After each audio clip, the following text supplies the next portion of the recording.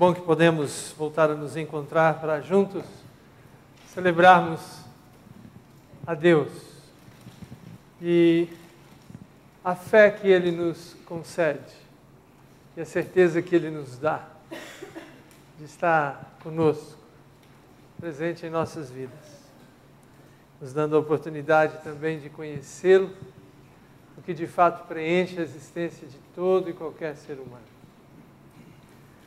Vamos ouvir o Senhor, porque o que mais nos importa no culto é ouvir a Deus, o que Ele nos diz.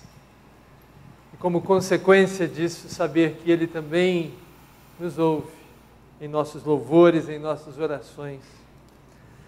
Então vamos abrir a palavra do Senhor no bendito Evangelho de Mateus, no capítulo 9. E ouvir a Deus, que Ele nos diz aqui nos versículos 35 a 38. Eu convido a igreja a se colocar em pé para fazermos uma leitura alternada desses versículos.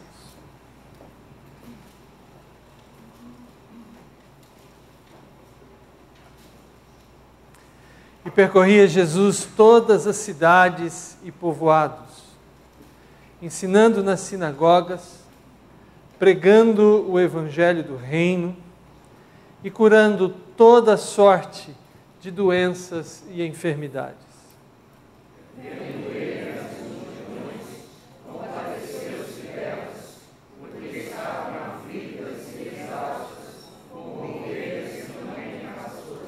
E então se dirigiu a seus discípulos: a seara, na verdade, é grande, mas os trabalhadores são poucos.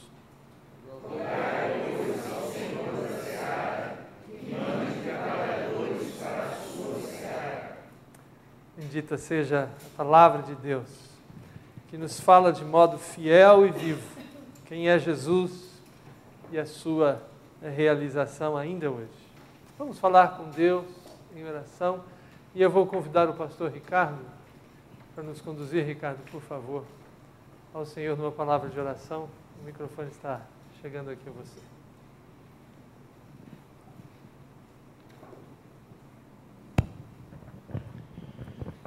Graças te damos, Senhor, pela bênção de podermos estar na tua casa nesta manhã, para juntos te prestarmos culto e adoração que só a ti é devido. Te damos graças porque um dia esse evangelho bendito do Senhor Jesus Cristo chegou à nossa vida, à nossa casa, ao nosso lar, transformando-nos e fazendo-nos, Senhor, teus servos. Amém. E obrigado porque como família da fé, família de Deus, nós nos reunimos nesta manhã para lembrar as muitas bênçãos que o Senhor tem concedido às nossas vidas em particular e à vida da tua igreja aqui nesta localidade. Nos lembramos que há anos atrás o Senhor permitiu que a igreja pudesse se fixar aqui neste local, para juntos te bendizermos, para juntos, Senhor, cumprirmos a missão que o Senhor tem para nós aqui. E nós te pedimos, ó Deus, que o Senhor receba a nossa gratidão e o nosso louvor por isso. E disponha as nossas vidas para te servir mais e mais. Amém. Levando a boa mensagem do teu evangelho, o evangelho do teu reino, a todas as nações. Amém. Fala-nos, Senhor, em cada parte deste culto. Perdoa os nossos pecados. É o que nós te pedimos em nome do Senhor Jesus. Amém. Amém. Vamos também unir nossas vozes e vamos celebrar juntos a Deus, cantando esse hino que nos dá a oportunidade de adorar ao Senhor. Vamos fazer isso com grande alegria.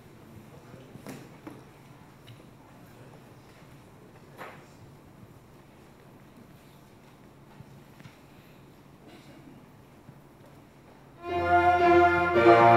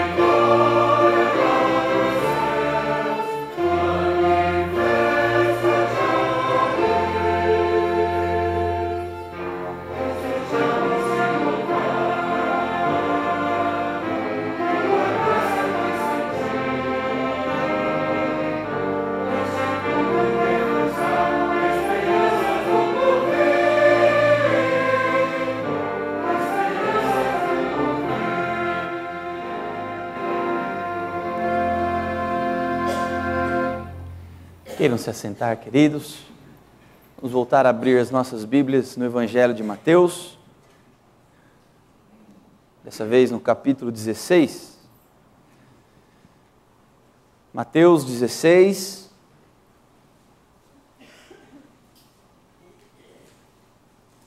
Versículo 13 ao versículo 20.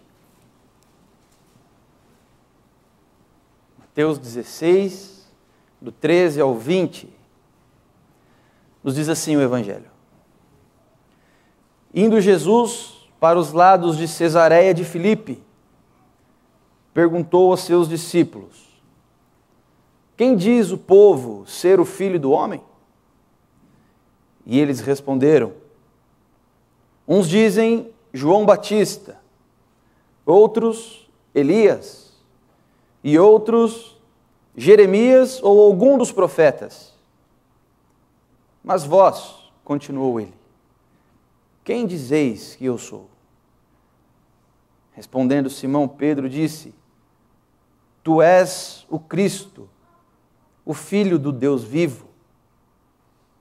Então Jesus lhe afirmou: bem-aventurado és, Simão Barjonas, porque não foi carne e sangue que tu revelaram, mas meu Pai que está nos céus. Também eu te digo que tu és Pedro, e sobre esta pedra edificarei a minha igreja, e as portas do inferno não prevalecerão contra ela. Dar-te-ei as chaves do reino dos céus. O que ligares na terra terá sido ligado nos céus, e o que desligares na terra terá sido desligado nos céus. Então advertiu os discípulos de que a ninguém dissessem ser ele o Cristo. Até aqui. A igreja caminha na terra debaixo de um fato, de uma verdade. Jesus, o Nazareno, é o Cristo prometido, o Messias, o Filho de Deus. Nisso consiste a autoridade da igreja espiritual. Nisso consiste o fato de que a igreja continua caminhando sobre a terra. Se não fosse a força, o poder e a autoridade de Cristo sobre a igreja, ela não teria chegado até aqui. É um grande milagre estarmos hoje aqui. E nós estaremos amanhã novamente, pela misericórdia, graça e poder de Deus. O Senhor veio ao mundo. O Senhor Jesus veio ser a pedra na qual a sua igreja está firme, alicerçada. E nós temos o privilégio de poder buscar a esse Deus em oração e ligar coisas aqui na terra. Nós temos esse poder que nos foi deixado por Cristo Jesus, pela sua palavra, pela sua autoridade. Certamente nós trazemos motivos de oração. Certamente nós temos razões para buscar a Deus em oração. E juntos, como igreja de Cristo, na autoridade e no poder dele, ligar coisas aqui na terra. Isso acontece quando nós oramos e vivemos de acordo com a sua palavra, com a sua vontade. Vamos nos lembrar de orar pelas eleições que teremos no próximo domingo, como igreja de Cristo, na autoridade e no poder dele. Vamos ligar aqui na terra algo diferente, em oração.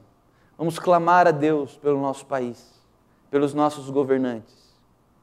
Nós temos sobre nós, amados, uma autoridade grandíssima. Jesus disse que toda autoridade lhe foi dada no céu e na terra. E ele nos deixou um mandamento. Com essa autoridade em mãos, vocês façam discípulos dessa seara que lemos e meditamos agora há pouco.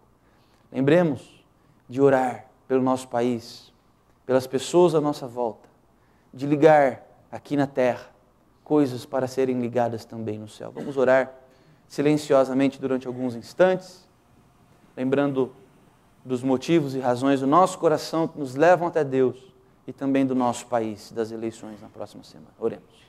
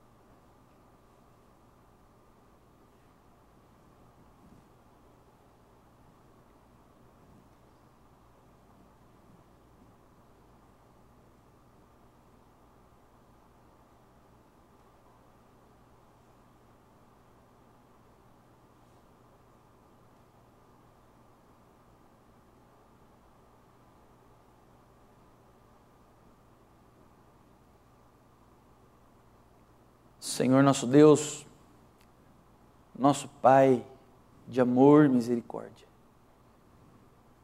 nós buscamos a Tua face nessa manhã para apresentar a Ti, no altar de graça, os nossos corações.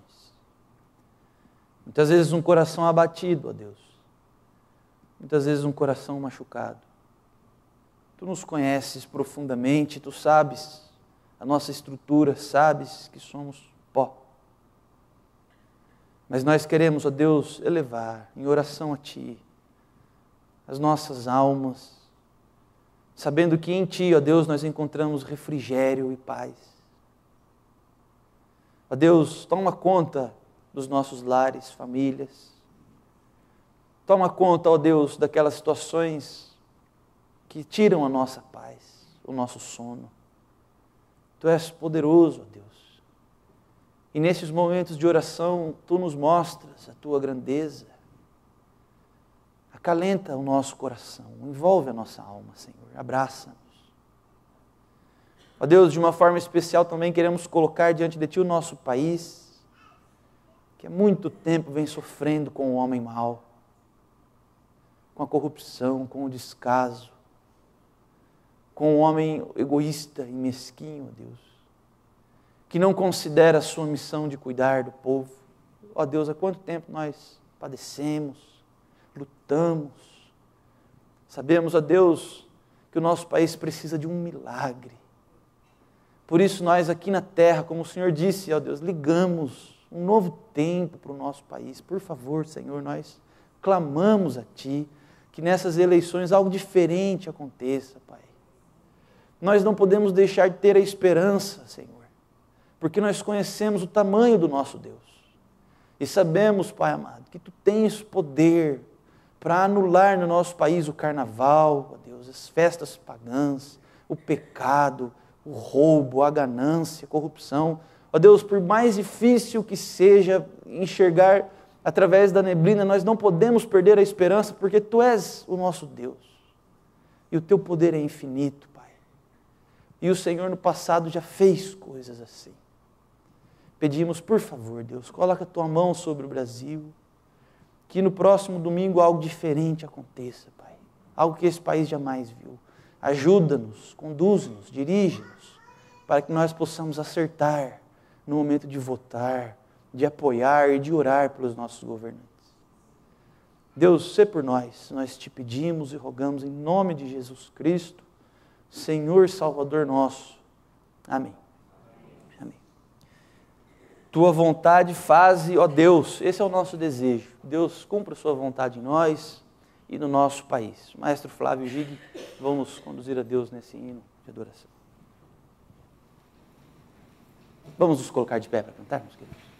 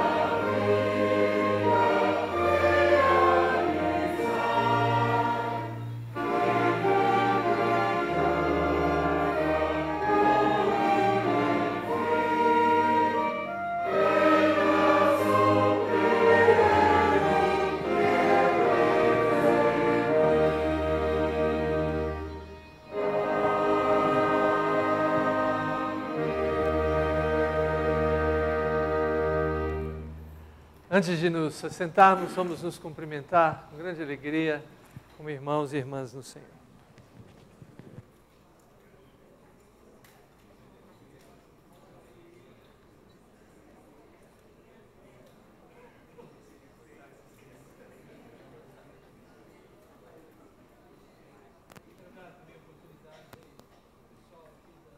Grupo instrumental, para se sentar junto com o auditório, para poderem ficar mais confortáveis agora também na hora da mensagem.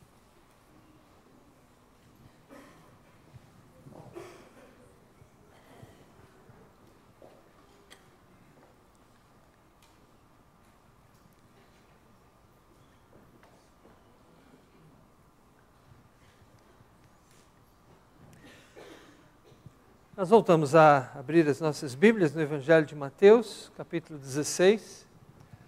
As crianças que estão conosco, a partir de 2 anos, a nossa irmã Jaqueline, que está ali à porta de entrada, preparou uma mensagem para as crianças que podem ser encaminhadas ali. A Jaqueline. E nós lemos agora a partir do 16, 21. Desde esse tempo começou Jesus Cristo a mostrar a seus discípulos que lhe era necessário seguir para Jerusalém e sofrer muitas coisas dos anciãos, dos principais sacerdotes e dos escribas, ser morto e ressuscitado no 3º dia. E Pedro, chamando-o à parte, começou a reprová-lo, dizendo: tem compaixão de ti, Senhor. Isso de modo algum te acontecerá. Mas Jesus, voltando-se, disse a Pedro: arreda, Satanás, tu és para mim pedra de tropeço, porque não cogitas das coisas de Deus, e sim das dos homens. Então, disse Jesus a seus discípulos: se alguém quer vir após mim, a si mesmo se negue, tome a sua cruz e siga-me. Porquanto, quem quiser salvar a sua vida, perdê-la-á. E quem perder a vida por minha causa, achá-la-á. Pois que aproveita o homem se ganhar o mundo inteiro e perder a sua alma? Ou que dará o homem em troca da sua alma? Porque o Filho do Homem há de vir na glória de seu Pai com os seus anjos, e então retribuirá a cada um conforme as suas obras.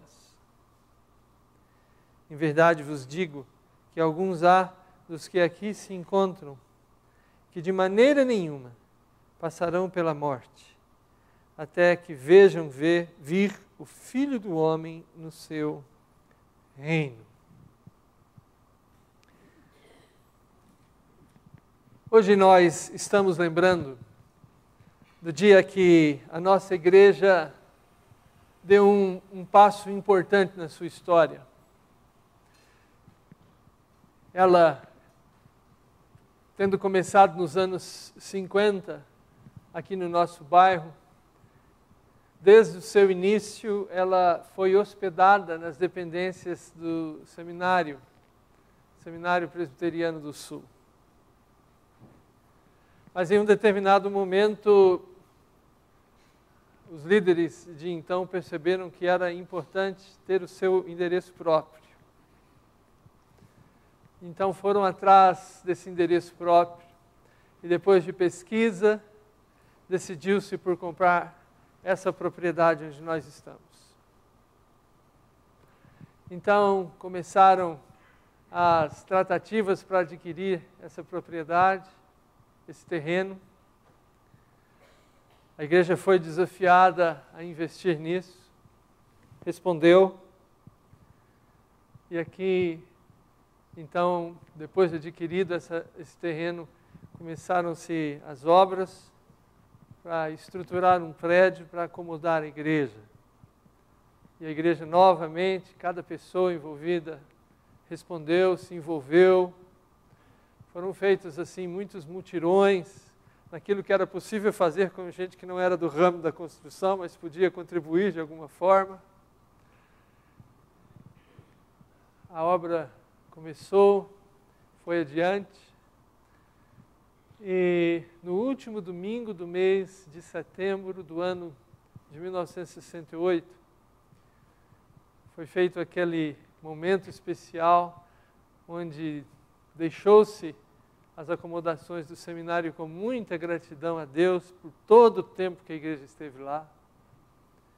E a igreja marchou para o seu endereço, para essa localização. E desde então Deus tem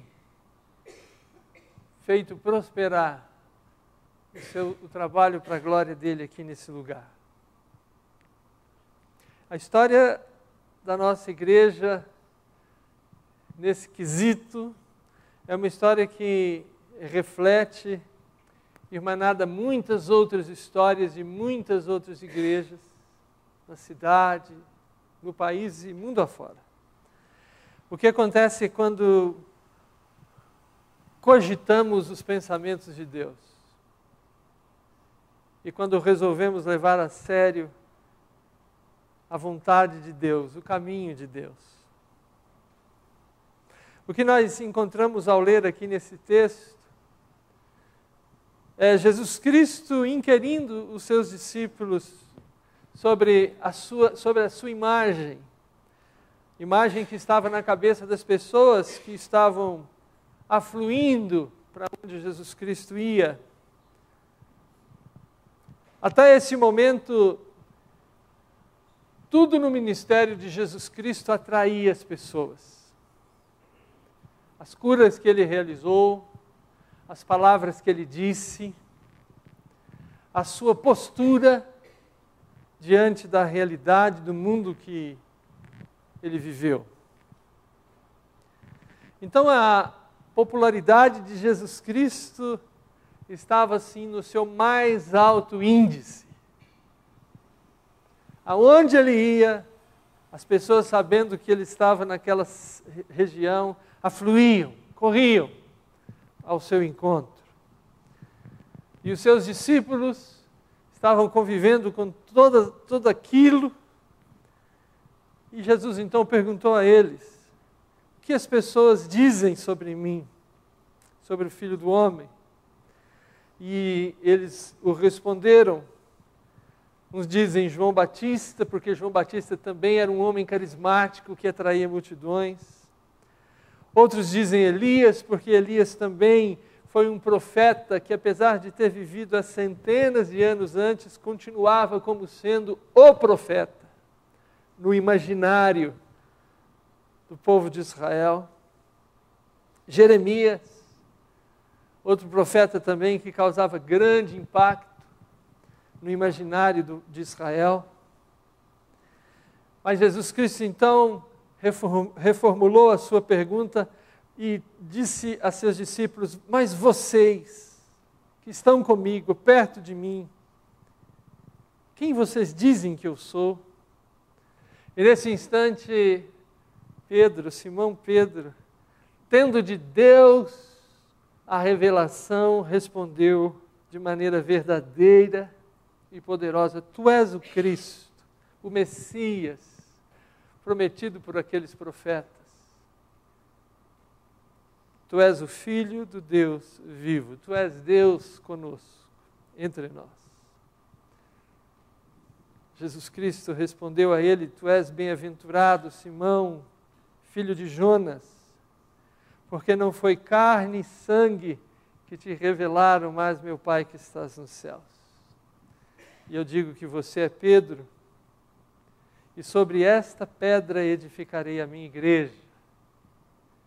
Pedro, o termo Pedro em grego, quer dizer uma pedra pequena. E a pedra sobre a qual Jesus Cristo edificará, e aí já é outro termo grego usado aqui na língua original do Novo Testamento, é uma pedra grande, uma pedrona. Ou seja, o que Jesus está dizendo que é sobre aquilo que Pedro disse, a sua palavra, a sua confissão que Deus lhe revelou, a igreja será edificada. Só que a partir então desse momento, Jesus Cristo esclarece os seus discípulos que toda aquela popularidade já cumpriu o seu papel.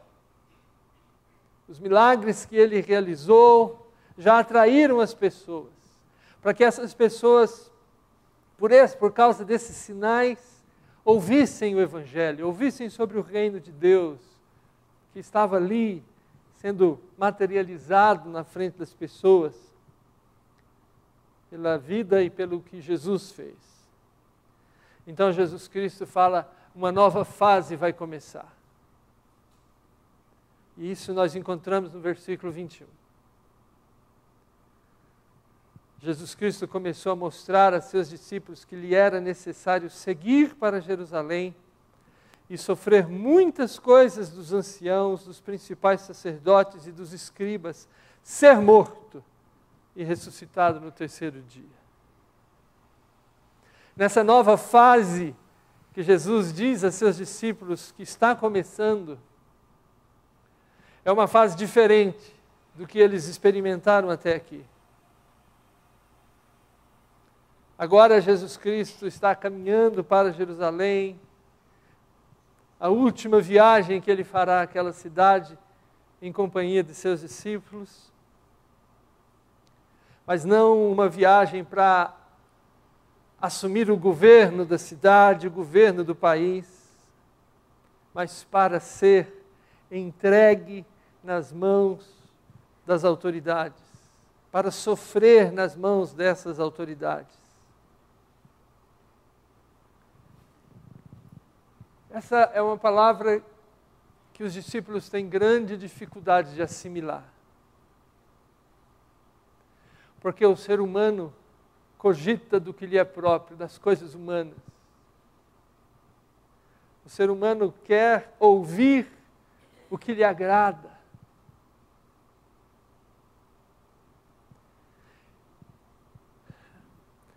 Nós queremos controlar as circunstâncias.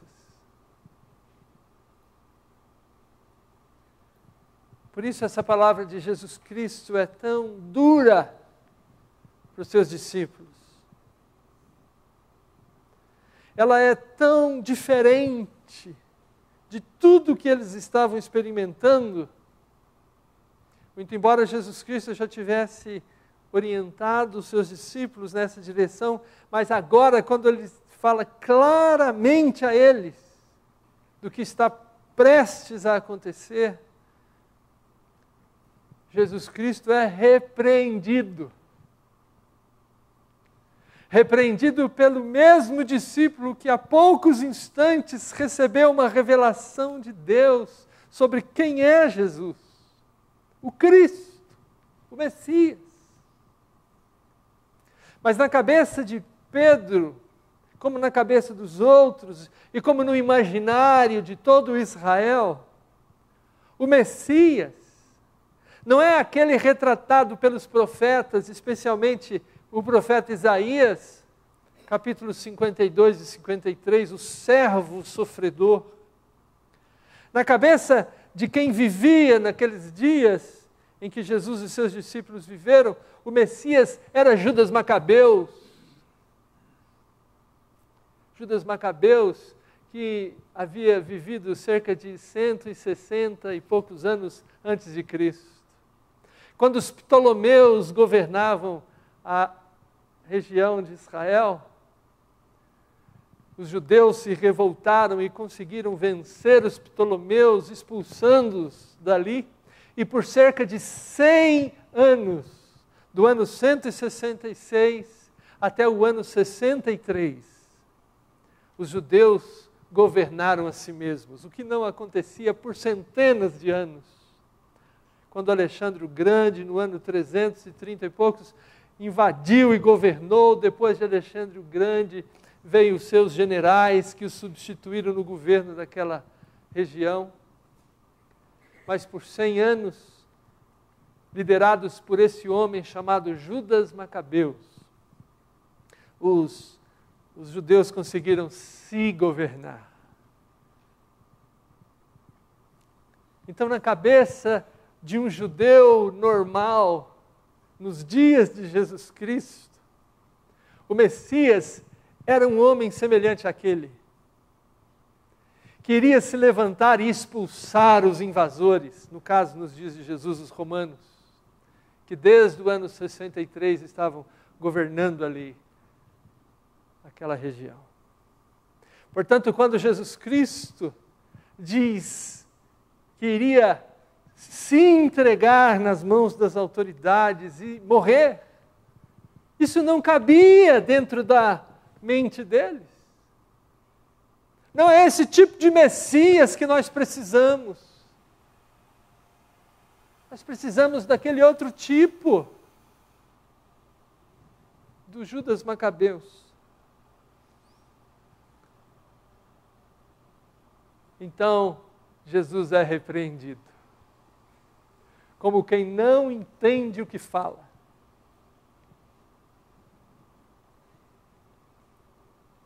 Pedro, chamando-o à parte, começou a reprová-lo. E disse: tem compaixão de ti, Senhor. Isso de modo algum te acontecerá. Nós não vamos deixar. Confia em nós. Se alguém quiser fazer mal ao Senhor, nós vamos defendê-lo. Nós não vamos deixar ninguém encostar no Senhor. Ninguém vai prejudicar o Senhor. Conte com a gente. Estamos ao seu lado.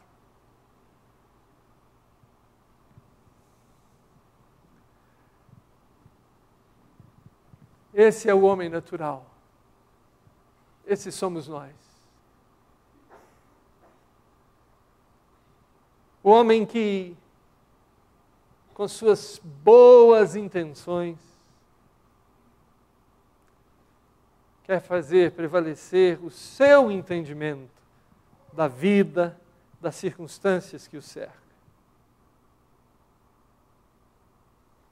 Em Pedro, nós encontramos a nós mesmos. Em Pedro nós encontramos o nosso desejo de fazer com que a nossa vontade supere a vontade de Deus.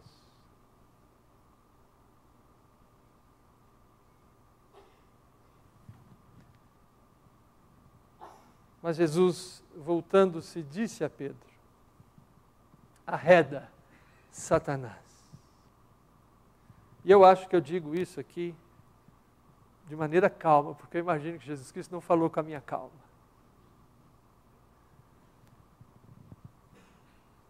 Tu és para mim pedra de tropeço, porque não cogitas das coisas de Deus, e sim das dos homens.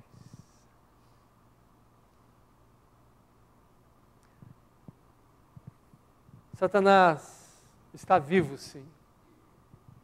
Não é uma invenção do homem. O diabo existe. E insinuosamente e de maneira sagaz, ele quer que nós pensemos que nós estamos certos, quando a vontade de Deus contraria a nossa vontade. Ele sussurra em nosso ouvido: você está certo. Deus não pode contrariar você. Vamos lembrar que Jesus estava no auge da sua popularidade. Quem quer acabar com isso? Quem é louco o suficiente para descer desse pedestal? Isso não cabe no raciocínio do homem. Satanás se aproveita e se infiltra e nutre o nosso auto-engano, dá combustível para as nossas falácias para a nossa vã filosofia. Ele sabe fazer isso bem.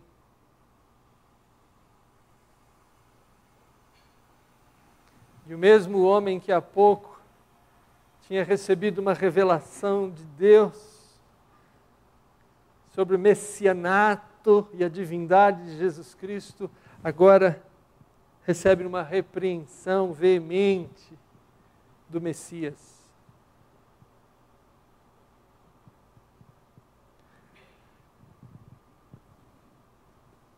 Nós não podemos ignorar que somos essas pessoas frágeis como Pedro, pecadoras. Nós não podemos ignorar que muitas vezes, tentando fazer prevalecer a nossa visão, nós nos afastamos da vontade de Deus. Diariamente nós precisamos entender essa verdade que opera em nós. Como o salmista Davi, lá registrado no Salmo 32, no Salmo 51, ele diz: eu sei que sou pecador. Todo dia eu sou pecador.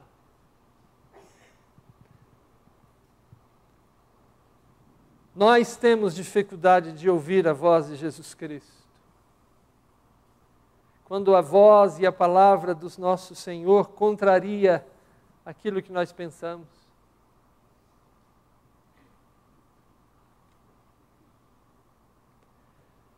Por isso Jesus Cristo nos ensina como ouvi-lo, para assim resistir a essa voz interior que trazemos conosco e a essa insinuação diabólica que se aproveita dessa voz interior do homem natural para nos desencaminhar, para nos tirar do caminho, da senda do Senhor. E qual é o remédio de Jesus Cristo para que nós ouçamos a Deus? E para que a voz de Deus fale mais forte e mais alto que esta nossa voz, e que essa voz satânica. O versículo 24 nos diz: então disse Jesus a seus discípulos: se alguém quer vir após mim, a si mesmo se negue, tome a sua cruz e siga-me. Eu estou indo para Jerusalém. E o que me aguarda em Jerusalém desta vez é prisão, é sofrimento e é morte. Se alguém quer vir após mim, venha para isso. Não pense diferente de mim. Venha comigo, mas sabendo que isso é o que nos aguarda. Tome a sua cruz. Vem comigo. É isso que faz com que você e eu ouçamos a Deus de fato. É quando nós levamos essa palavra de Jesus Cristo ao nosso interior, à nossa mente, ao nosso coração, e sigamos a Jesus Cristo. Como disse Tomé, nesse instante, quando viu que Jesus estava realmente resolvido nesse caminho, Tomé disse: vamos lá, vamos morrer com ele.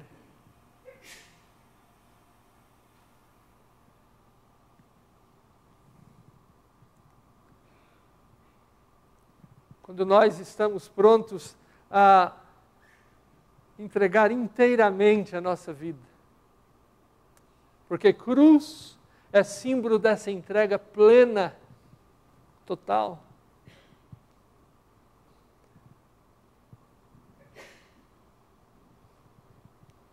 Porquanto quem quiser salvar a sua vida, perdê-la-á, e quem perder a vida por minha causa, achá-la. Quem morrer, ressuscitará. Quem perder a sua vida, quem colocar os seus interesses sujeitos aos meus interesses, diz Jesus, vai perder, porque não vai fazer a sua vontade, não vai fazer prevalecer o seu querer e o seu sentimento, mas encontrará algo que só eu posso revelar e entregar àquele que assim o fizer.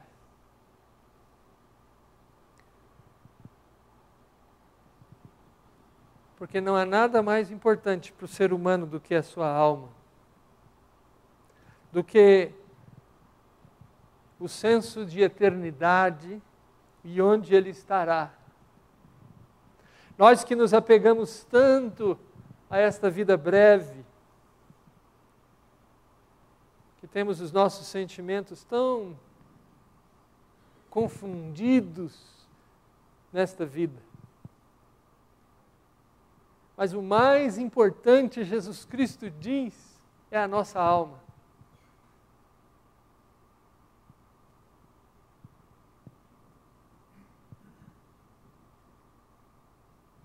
Porque não há nada tão valioso como ela, que dará o homem em troca da sua alma. Quando nós celebramos num domingo como esse, em gratidão, a bênção de Deus de conduzir a nossa história, nós lembramos das palavras desse Deus, que nos lembra, que nos faz olhar, melhor dizendo, para os verdadeiros valores pelos quais aqui estamos. Para que nossa igreja não se desencaminhe em objetivos humanos, mas que caminhemos a senda da cruz. Que nossas vidas estejam envolvidas nos alvos do Senhor, do nosso Salvador. Que não nos esqueçamos jamais a razão pela qual aqui estamos. De viver orientados pelo Senhor, pela sua palavra, pelo seu exemplo, pela sua cruz, como o apóstolo Paulo vai dizer mais tarde, longe de mim gloriar-me, senão na cruz de nosso Senhor Jesus Cristo.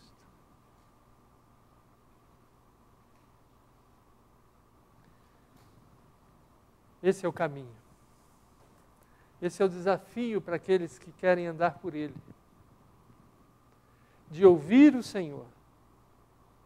De quando a voz humana quiser se sobressair à voz de Deus, lembrarmos que nós caminhamos para Jerusalém. Que nós caminhamos porque Jesus caminha para lá. Que nossa vida está envolvida nas ideias e nos valores de Deus, não dos nossos. Que nós vivemos nesse mundo orientados por Deus, o nosso Criador, e em Cristo nosso Redentor. E que a palavra do Senhor vale mais do que a palavra do homem, e que as cogitações satânicas. Isso certamente nos ajudará em nosso dia a dia, nas escolhas que fazemos cotidianamente. Que possa o Senhor nos ajudar a caminhar assim. Nome que inspira o meu louvor é o nome do meu Salvador. Vamos unir nossas vozes de novo em adoração ao Senhor.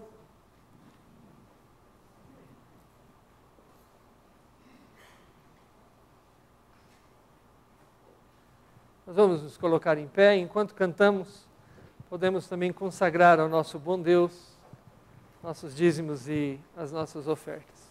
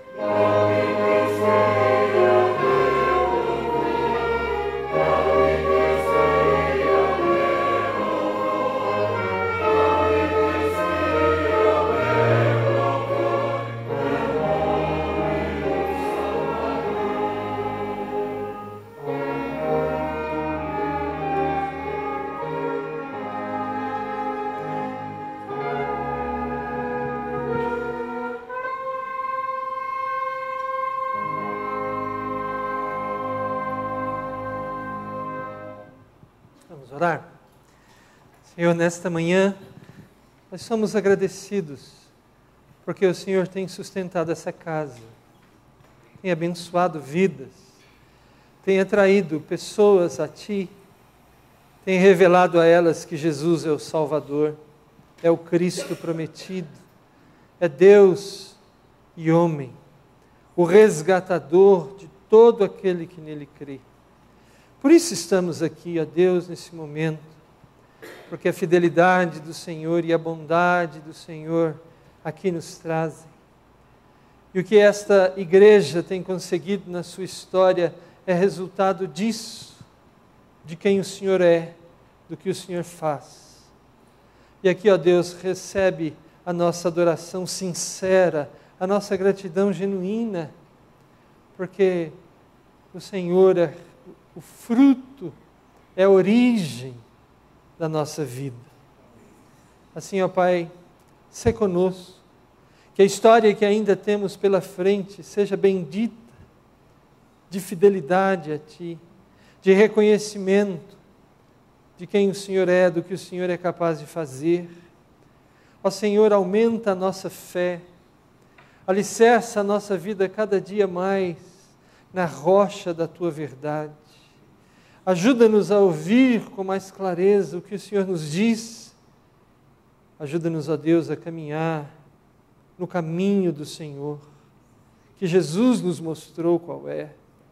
Ensina-nos, ó Deus, que o Senhor nos ama, nos resgata, e que todo aquele que perder as coisas deste mundo e a sua própria vida, na verdade, encontrarão a eternidade pelos méritos de Jesus Cristo, que ela nos faz acessível pelo seu sacrifício na cruz e pela sua ressurreição ao terceiro dia. Irmãos, que a graça do Senhor Jesus, que o amor de Deus o Pai e que a comunhão do Espírito Santo repouse e permaneça assim sobre vós, para a glória do Deus Trino e bendito, e para sempre. Amém.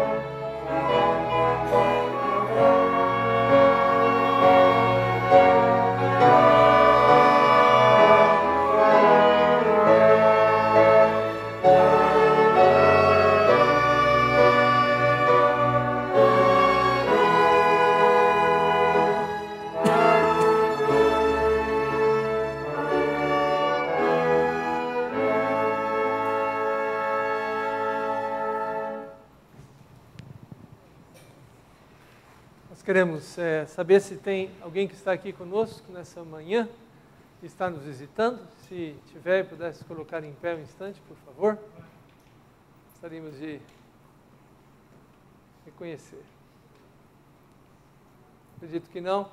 Eu peço a sua atenção para o boletim, porque através dele você sabe como participar, se envolver no trabalho que o Senhor nos tem confiado.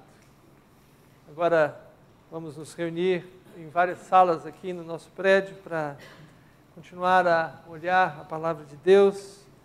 Você está convidado a permanecer para isso.